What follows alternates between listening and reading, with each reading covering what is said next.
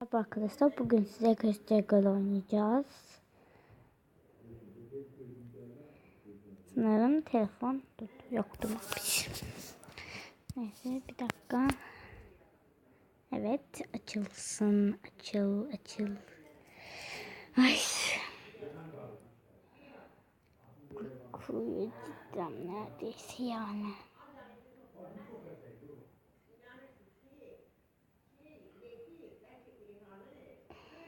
Burada Rainbow Dash var. Bunun ismini unuttum ya. Pink Pie var. Oyun zaten açıldı. Şu kırmızı kafalı olan ismi yazarsan sevineceğim. Ha, sensiz şımarmış bu.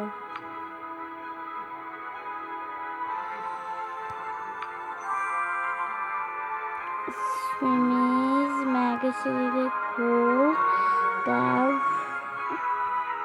Rainbow Dash koyacağım. Burada Rainbow bulsak Rainbow Dash Pumpik Rainbow. Şöyle sondan verim Twilight Sunset Storm Star Sparkle Soul Shine Rose Pumpik Pie Meeting Magic Lily Diamond Davin Danger Bubble Breezy. Leonard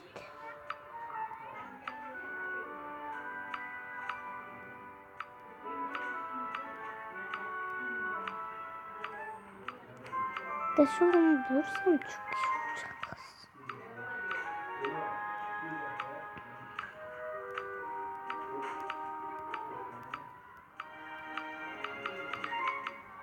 Arkadaşlar Dash bulamadık.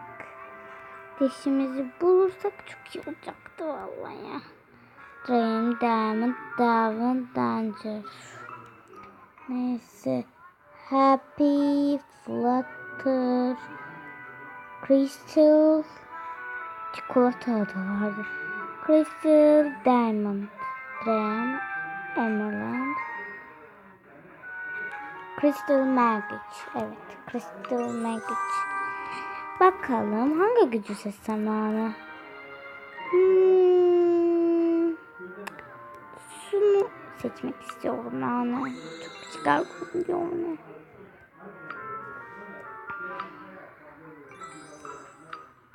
Tamam.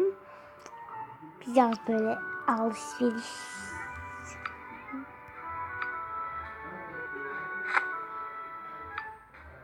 Mavi olsun bence.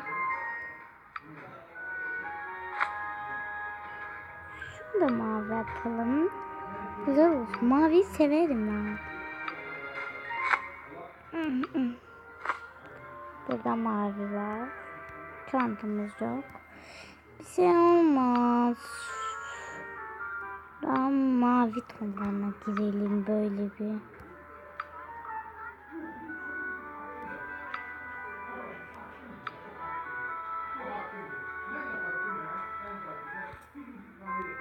Tamam. Oldu. Bazıları açık değildi yani. Neyse. Nasıl tutayım? Bakalım yapıyor. Evet.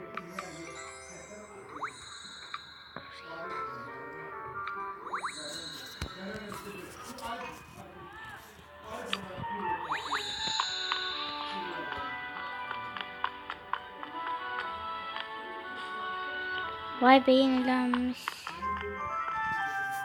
Biliyorum. Ya bu ne be? Gidemiyorum ki. Ya uf ya. Hazır gitmişken biraz altın toplasak ne olacak ki? Doğru söylemiyor mu? Vay. Arkadaşlık oyunları. Ben patende çok iyiyimdir valla. Dur. Nereye gidiyorsun ya?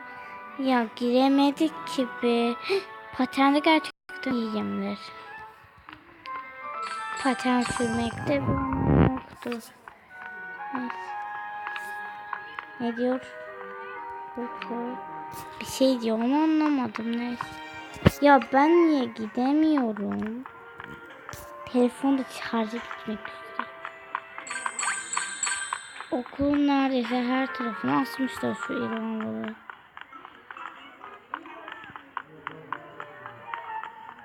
Ne arıyoruz acaba yani? Ha, Twilight gelecek galiba. Neyse şöyle tutalım. Yok be. Bir dakika arkadaşlar, telefon şarja bir girse çok güzel olacak aslında ama ilk olarak ok atmaya girelim ama seçebiliyor muyduk acaba? Ok atmadı hiç iyi değilimdir.